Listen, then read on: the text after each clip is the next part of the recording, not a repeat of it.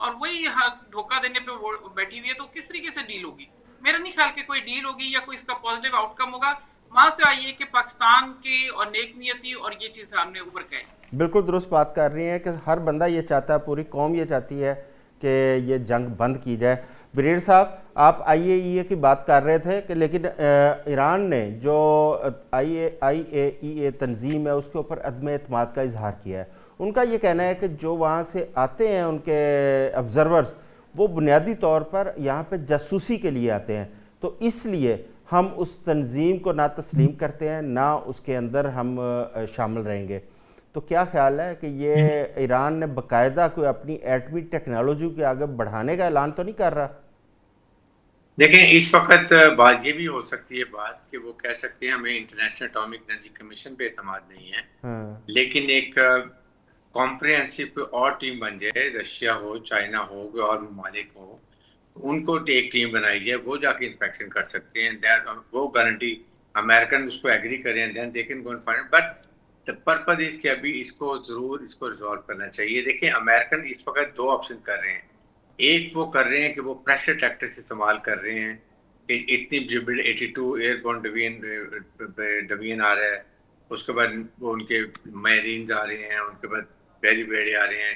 So before مذاکرات شروع ہوں, وہ چاہتے ہیں کہ اتنا پریشر آ جائے جو چالسی کر رہے ہیں اور ایران کے اوپر بھی, کہ وہ سمجھے کہ واقعی امریکہ مین بزنس, اور کہیں نہ کہیں ہم امریکہ کی فیور میں کہیں پریشر میں آ کے کوئی ایک فیصلہ کر لیے جائے. But Iran is a very resilient قوم ہے, انہوں نے بڑا دکھایا کہ وہ ریزیلینٹ ہے اور وہ پریشر میں نہیں آتے ہیں. اس لیے جو ان کے 5 پوائنٹ ہے بالکل جینون ہے, انہوں نے جو باتیں کی ہیں بالکل ٹھیک کی ہیں, لیکن کہیں نہ کہیں جب گیو اینڈ ٹیک ہوتا ہے تو کہیں چھوٹی موٹی باتوں میں ایڈجسٹ کر کے ایران اگر اس کو ایڈجسٹ کر سکتے تو بہت اس خطے کی. دیکھیں, بات یہ ہے, اگر یہاں پر نہیں ہوتا تو اسرائیل کا کیا ایم ہے؟ اسرائیل 2-3 پاور پلانٹ پہ مارے گا ایران کے میزائلز, اس کا نقصان ہوگا. In retaliation Iran will go for Middle East. Middle East پہ وہ پاور پہ بھی جائے گا اور ڈی سیلینیشن میں بھی جائے گا. صحیح ہے. اب آپ مجھے بتائیے کہ اس کے بعد مڈل ایسٹ کا کیا حال ہوگا, ایران کا بھی اور اس کا سیلف ڈسٹرکشن, اور کس کا خواب پورا ہوگا؟ پورا بجائے وداؤٹ لڑائی اسرائیل کا خواب پورا ہو جائے گا, گریٹر اسرائیل کا. وہ بڑے آرام سے ان سب کو ڈسٹروائے کر کے ان کا مقصد پورا ہو جائے گا, پورا کر لے گا. سو سب سے زیادہ امریکہ کو پریشر جو ہے وہ ان مڈل ایسٹ کنٹریز کا ہے کہ we want ceasefire, it is enough, you have betrayed us, آپ نے جو کرنا ہے کر لی ہے, نو پلیز اسٹاپ اٹ. تاکہ ابھی بھی وقت ہے, نہ ایران کا نقصان ہوئے زیادہ نہ مڈل ایسٹ کا ہوئے. اور یہی, لیکن اسرائیل یہ چاہتا ہے کہ یہ دونوں آپس میں لڑیں اور سیلف ڈسکشن ہو جائے اور اس کا کام پورا ہو جائے. تو یہ اب مڈل ایسٹ کا اور ایران کا کام ہے, سوچیں کہ کس طریقے سے انہوں نے آپس میں اس کا حل نکالنا ہے. بالکل ٹھیک ہے. ڈاکٹر حسن ظفر صاحب, یہ اس وقت پوری دنیا کے اندر جنگیں, تنازعات, ملکوں کا ایک دوسرے پہ عدم اعتماد, اور سب سے بڑھ کر جو عالمی ادارے ہیں ان کے اوپر بھی اعتماد ختم ہو چکا ہے. جس طرح یونائٹڈ نیشنز اب وہ نظر نہیں آ رہی, اس کی جگہ پہ ہمیں ایک نیا پیس بورڈ نظر آنا شروع ہو گیا ہے. اسی طرح آئی اے ای اے کے اوپر بھی عدم اعتماد. کیا ہم کسی نئے ورلڈ آرڈر کی طرف تو نہیں بڑھ رہی؟ اعظم چوہدری صاحب, دیکھیے, رشیا چائنا کا سوال اٹھا تھا, اسی حوالے سے بات کر رہا ہوں ورلڈ آرڈر کے. مجھے نہیں سمجھ آتی کہ رشیا یا چائنا اسرائیل کی گارنٹی کیسے دیں گے اور کیوں دیں گے. مجھے یہ بھی نہیں سمجھ آتی کہ رشیا اور چائنا یہ جنگ بند کرنے میں انٹرسٹڈ کیوں ہوں گے. دیکھیں, جب یہ جنگ شروع ہوئی ہے اس سے پہلے رشیا کے آئل پہ پابندی تھی اور رشیا ڈسکاؤنٹڈ ریٹ پہ آئل دے رہا تھا. اس وقت $113 پہ آئل پرائس ہے اور وہ پریمیم لے رہے ہیں اس کے اوپر. نمبر 2, آج ہی کی 2 دن پہلے کی خبر ہے, 1 اپریل سے 1 جولائی تک رشیا اپنی گیس ایکسپورٹ بند کرنے جا رہا ہے. جی, یہ بہت امپورٹنٹ خبر ہے. یہ ٹھیک ہے, یہ ذرا جوڑ کے دیکھیں نا ساری چیزیں. جی جی, جب گیس بند ہوگی تو پھر اور آئل کرائسس مزید انٹینسیفائی ہوگا تو پھر کیا بکے گا؟ سولر بکیں گے اور الیکٹرک وہیکلز بکیں گی. یہ دونوں چیزیں کہاں سے آنی ہیں؟ پھر اسٹریٹ آف ہورموز کے اوپر جب سے ایران نے یہ قبضہ کیا ہے یا اس کو روکا ہے, تب سے ایران کی اکانومی بہتر ہوئی ہے. 11% اگینسٹ ڈالر ایرانی ریال اوپر گیا ہے. تو اب ایرانیوں کو بھی سمجھ آئی ہوگی کہ بھائی یہ جنگ شروع کر کے تو ہمیں فائدہ ہوا, پیسہ آ رہا ہے.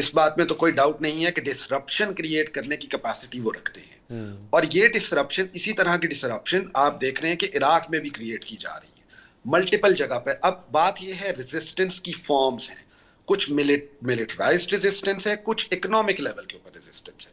سو ایرانین جو ایکسس آف ریزسٹنس، جس کو میں naan nuclear deterrence of Iran کہتا ہوں، وہ ایکسس آف ریزسٹنس ٹوٹی ہوئی حالت میں بھی جیسا بھی ڈسمینٹلڈ ہی صحیح، لیکن اس وقت ہر پیمانے ہر ایسپیکٹ میں ریزسٹ کر رہا ہے. آپ عراق کے اندر دیکھیں کہ اربل میں کس بڑے پیمانے کے اوپر امریکن جو بیسز ہیں ان کے اوپر عراقیز ملیشیاز جو ہیں انہوں نے اٹیکس کیے.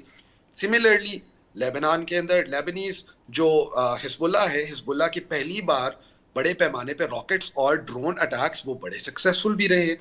سملرلی ہوتیز کا بھی جو کیس ہے، کریشن آف پریشر پہلی چیز یہ ہے، اور دوسری چیز یہ ہے کہ جو مومنٹم آف وار ایران اس وقت گین کر چکا ہے اس مومنٹم کو کنٹینیوڈ رکھنا ہے اسی انداز کے ساتھ. اور یہ تمام جو نان اسٹیٹ ایکٹرز ہیں یہ اسی ایک اسٹریٹجک آبجیکٹو کی طرف کار فرما ہیں. جی ٹھیک ہو گیا.